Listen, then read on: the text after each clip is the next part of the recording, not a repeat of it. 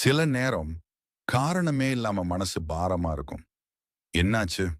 ஏன் இப்படின்னு நமக்கே புரியாது. சிரிச்சாலும் உள்ளுக்குள்ள ஒரு வெறுமை. பேசினாலும் மனசு லைட்டா ஆகாது. நீங்க இப்படின்னா, நீங்க பலவீனமானவங்க இல்ல. நீங்க யோசிக்கிறவங்க. இதுக்கான காரணத்தையும் இதிலிருந்து வெளியே வர்ற வழியையும் 2000 வருடங்களுக்கு முன்னாடியே சாணக்கியர் சொல்லி கொடுத்திருக்காரு. இந்த வீடியோல மனசு பாரமா இருக்கும் நேரத்துல சாணக்கியர் சொன்ன 5 முக்கியமான வழிகளை அமைதியா பார்ப்போம். இத கேட்கிறப்ப அவசரம் வேண்டாம், மனசோட கேளுங்க. ஒண்ணு அதிக யோசனை. சாணக்கியர் சொல்ற முதல் விஷயம், மனசு பாரமா இருக்கிறதுக்கு காரணம் வெளியில இல்ல, உள்ளுக்குள்ள அதிக யோசனை. நீ செய்த தவறுகள், செய்யாத விஷயங்கள், வரப்போகும் நாள்கள் எல்லாத்தையும் ஒரே நேரத்துல மனசுக்குள்ள ஓட விடுறோம். மனசு ஒரு மனிதன் மாதிரி, அதுக்கும் ஓய்வு வேணும். எல்லாத்தையும் இப்போவே தீர்க்கணும்னு நினைக்காத. சாணக்கியர் சொல்றார், எல்லா சிந்தனையும் தேவையானது இல்ல. சில தாட்டை பாஸ் ஆக விடுறதுதான் புத்திசாலித்தனம். இப்போ மனசு பாரமா இருந்தா ஒரு கேள்வி கேளு. இது இப்போ சால்வ் ஆகணுமா?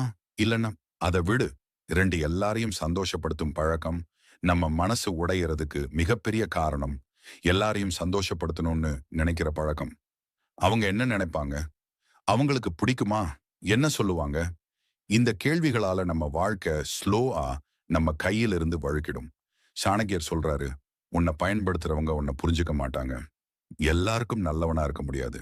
சிலருக்கு நீ பிடிக்க மாட்ட, அது உன் தவறு இல்ல. உன் மனசு லைட்டா ஆகணும்னா ஒரு விஷயம் புரிஞ்சுக்கோ, உன் வாழ்க்கை உன்னோடதுதான்.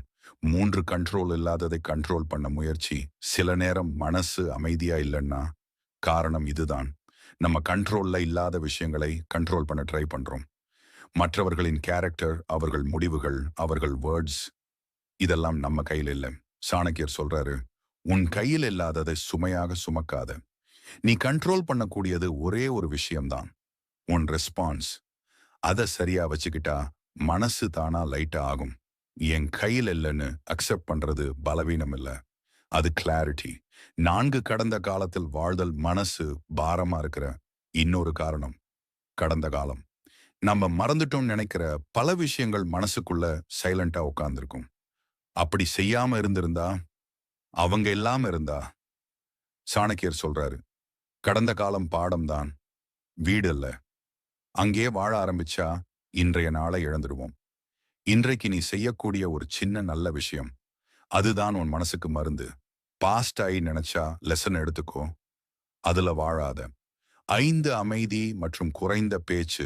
மனசு லைட்டா ஆகணும்னா சாணக்கியர் சொல்ற முக்கியமான வழி அமைதி. அதிகமா பேசுறோம், அதிகமா எக்ஸ்பிளைன் பண்றோம், அதிகமா ப்ரூவ் பண்றோம். இதெல்லாம் மனசை இன்னும் சோர வைக்கும். சாணக்கியர் சொல்றாரு, அமைதி தான் உயர்ந்த புத்தி. சில நேரம் பதில் சொல்லாம இருக்கிறதே பெஸ்ட் ஆன்சர். அமைதியா இருந்தா மனசு தானா பேச ஆரம்பிக்கும். அப்போதான் கிளாரிட்டி வரும். காரணமே இல்லாம மனசு பாரமா இருந்தா நீ உடைஞ்சிட்டேன்னு அர்த்தம் இல்ல, நீ வளரப்போற நிலையில இருக்கிறன்னு அர்த்தம். சாணக்கியர் சொன்ன இந்த 5 வழிகள்ல ஒண்ணு கூட உன் மனசுக்கு டச் ஆயிருந்தா இந்த வீடியோ தன் வேலையை சரியா செய்திடுச்சு. இந்த மாதிரி ஆழமான சிந்தனைகள், மனசை லைட்டா ஆக்குற விஷயங்கள் எல்லாம் நம்ம நல்ல சிந்தனை சேனல்ல ஃபுல்லா இருக்கு. இன்னும் இப்படிப்பட்ட நல்ல சிந்தனைகள் மிஸ் ஆகாம இருக்கணும்னா நல்ல சிந்தனை சேனலை சப்ஸ்கிரைப் பண்ணுங்க. இந்த வீடியோ உங்களுக்கு கொஞ்சம் கூட யூஸ்ஃபுல்லா இருந்தா ஒரு லைக் பண்ணுங்க. உங்க ஒரு லைக் எங்களுக்கு மிகப்பெரிய மோட்டிவேஷன். மீண்டும் இன்னொரு நல்ல சிந்தனையோட சந்திப்போம்.